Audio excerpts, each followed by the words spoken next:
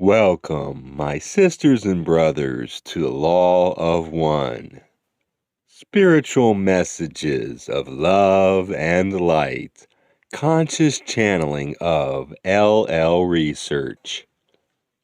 I am Latwii, and we greet you in the love and in the light of the one infinite Creator, and thank you for calling us this evening to your group.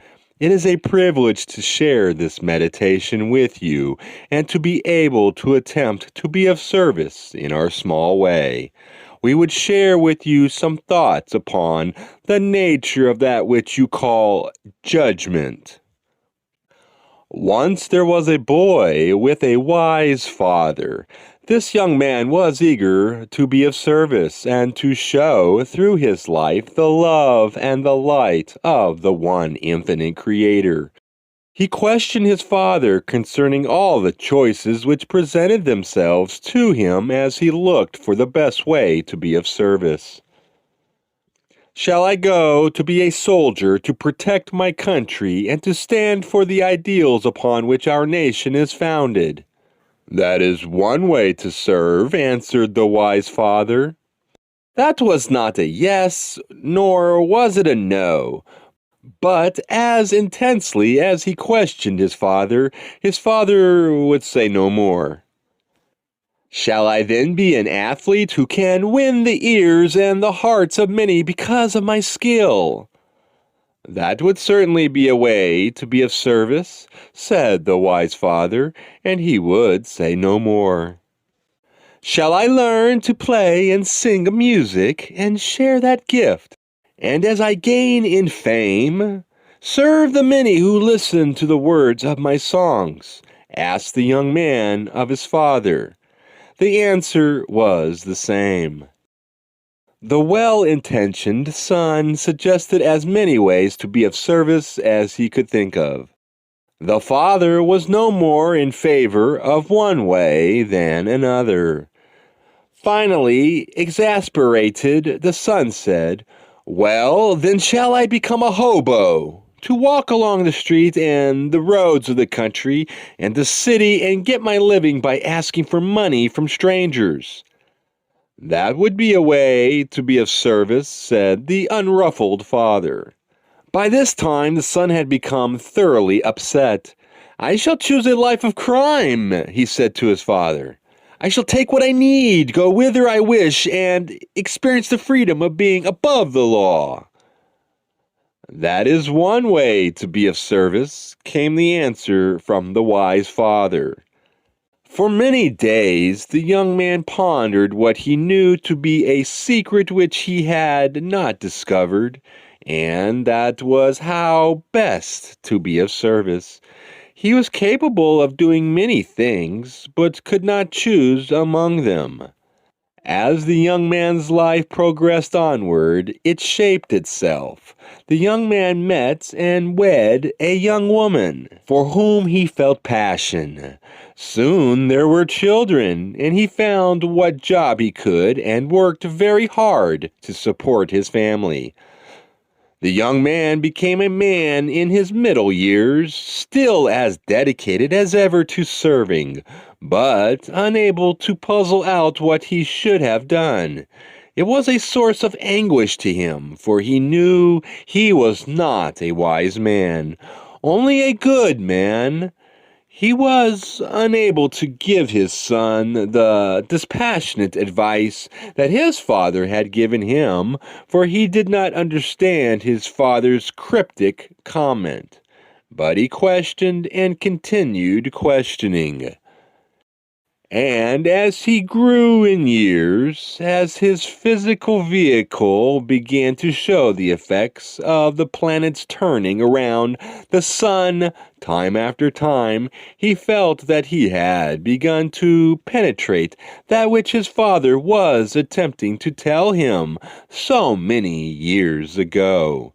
So he went to his father, who was by then an aged man, and he said to him, "My father, it has been the goal of my life to be of service, and yet of all the things that I thought of, All of which you said would be helpful to others, I did none. Instead, I did that which I did not comprehend or anticipate. And many things have occurred, and I believe now that I begin to understand that which you say. Very good, my son, his father said. Please tell me so that I may bask in the reflection of my wisdom. The son, never able to feel quite adult around his father, was suddenly bashful, for he was not sure, after all, that he had begun to understand. Well, father, he faltered, I think I have found that service is something I cannot see. Very good, my son, said his father. What else? Well, continued the son, I believe I have begun to see that I do not see very well. Very good, my son, said the father. What else? The son mustered up his courage. Father, I believe that I am of service and that I cannot help being of service.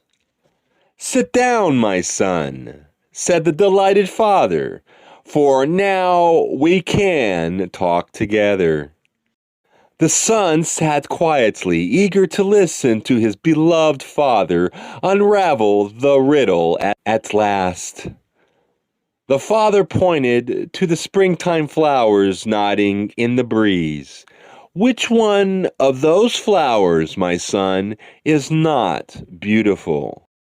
Oh, they were all beautiful, answered the son.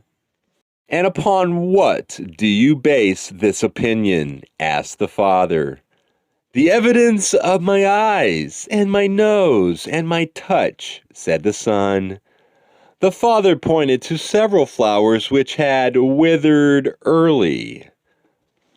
Do you find these beautiful? The father asked. No, replied the son, they are dead. They should be removed from the bed.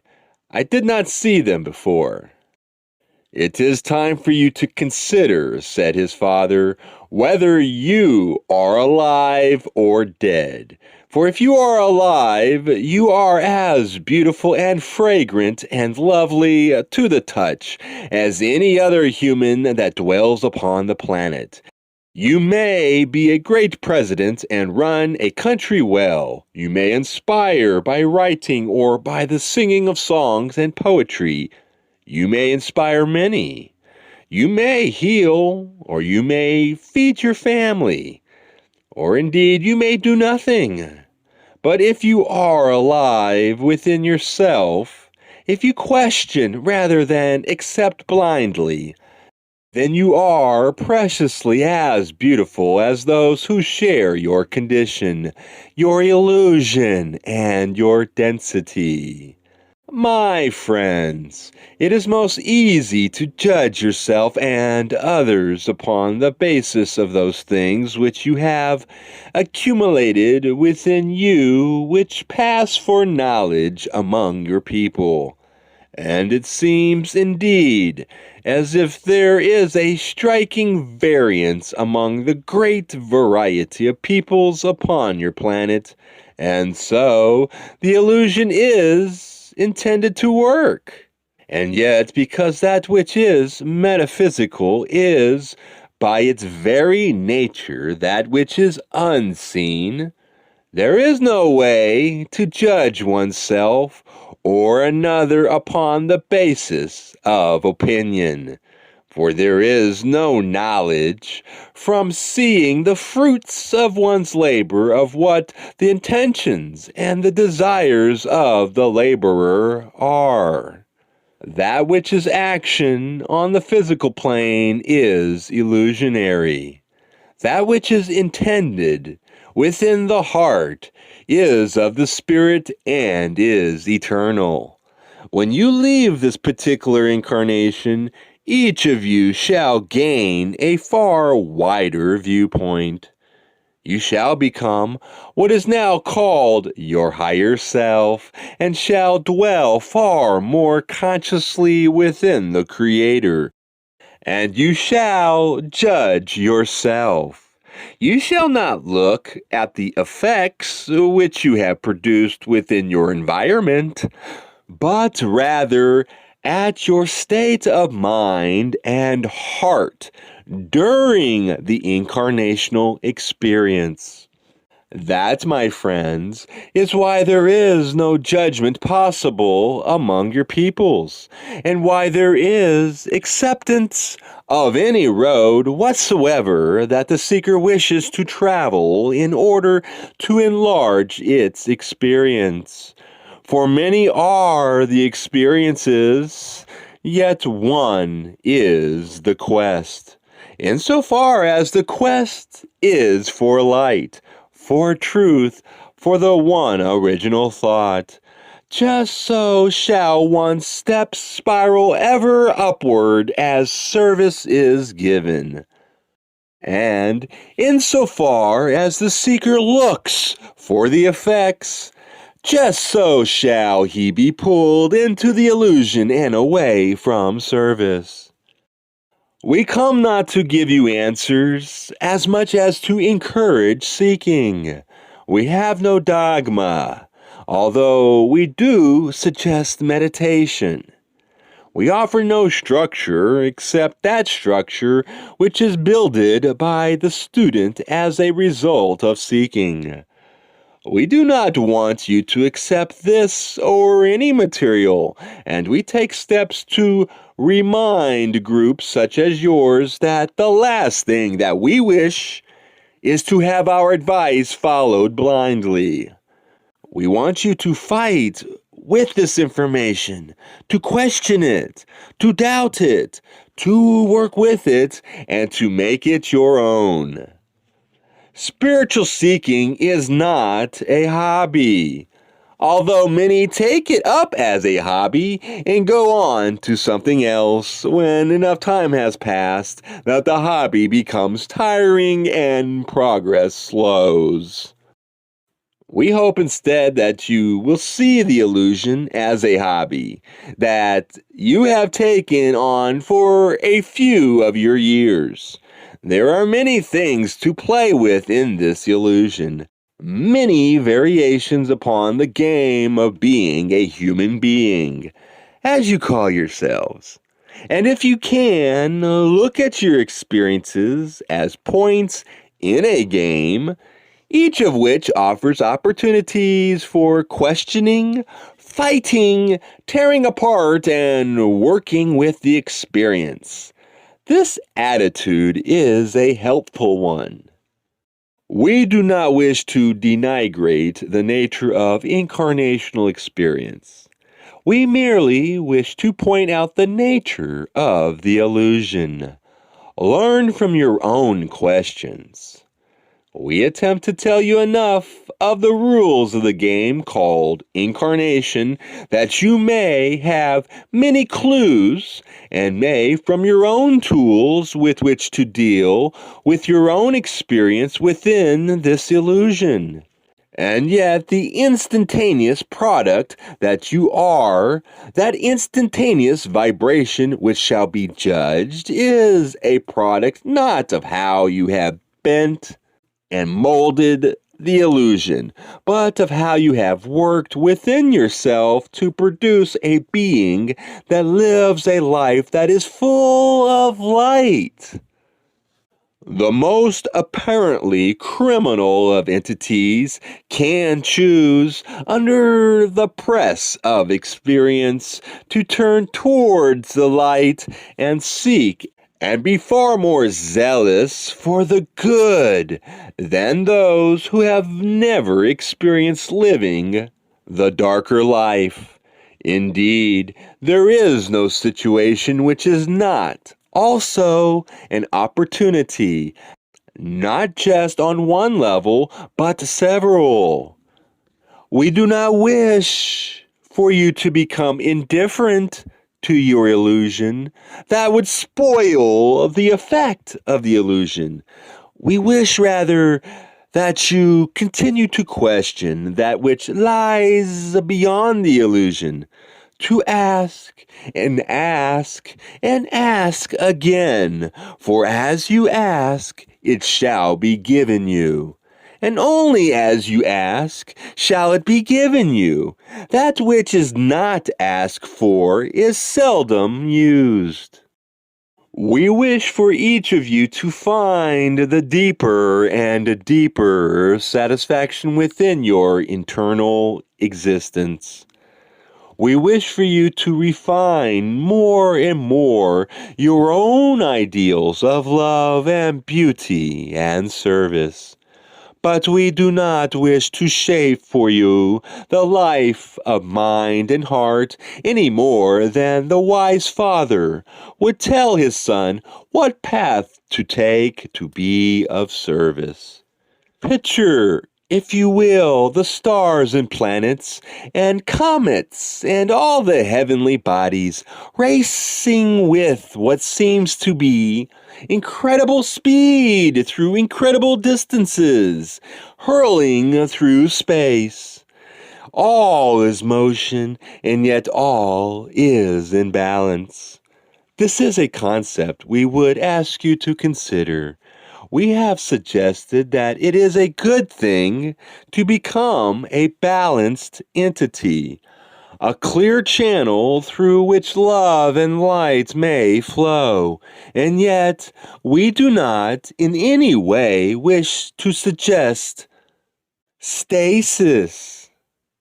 Balance is not still, for you are never still, for the infinite consciousness of your mind and deep mind breathes in an infinite amount of time and space with movement. It is not a wrong thing to seek the cave and become still and learn silence, and that is one path of service. Yet the son who loved a woman and had affection for his children and kept them as he would himself is of precisely as much service as the so-called holy man. If both hearts are equally full of the desire to serve and the continued questioning and discipline and refining of the way to serve. We wish that your movements through this incarnation may be graceful, and that your hearts may be increasingly full of peace as that which you find in the illusion reflects to you that which is within each part of any illusion in the creation, and that is love. Can you suspend your own judgment? We believe you can. Do you wish to? What level of seeking do you wish to pursue? What have you pursued this day? What dreams lie within your heart, and what attempts have you made to become clear within yourself? We speak to you, but not for you. All the choices are your own. We offer you support and our love, and encourage you to see that same love and support in all situations. Any experience which masters the seeking entity to the exclusion of questions and further seeking is not helpful, or shall we say, is of a far more limited kind of helpfulness. We offer you not a structure, not a dogma, but what limited knowledge we have of what consciousness is and how you may seek to evolve that consciousness within yourself within this illusionary incarnation. Use what you will and know that that which serves may bear fruit upon the physical plane. Or that same impulse may seem to flounder and be useless.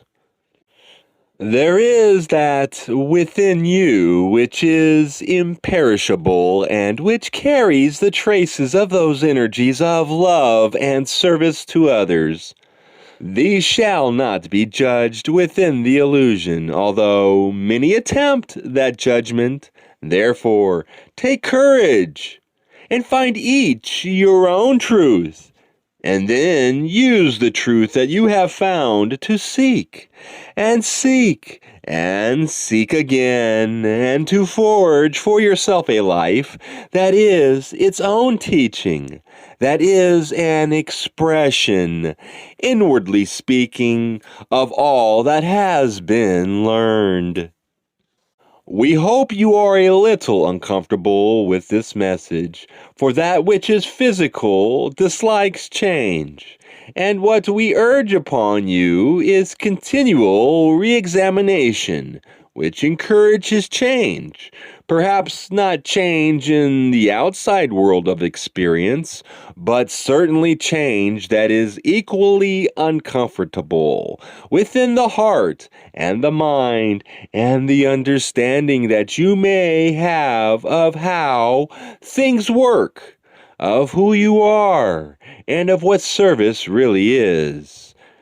May you seek in joy, and may joy be added unto you. From the Creator laughs with great joy at every question, for so the Creator questions itself and learns about the Creator.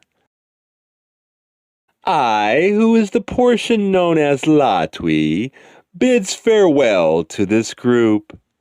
I leave you in the creation of love and light. Adone, Adone, my friends.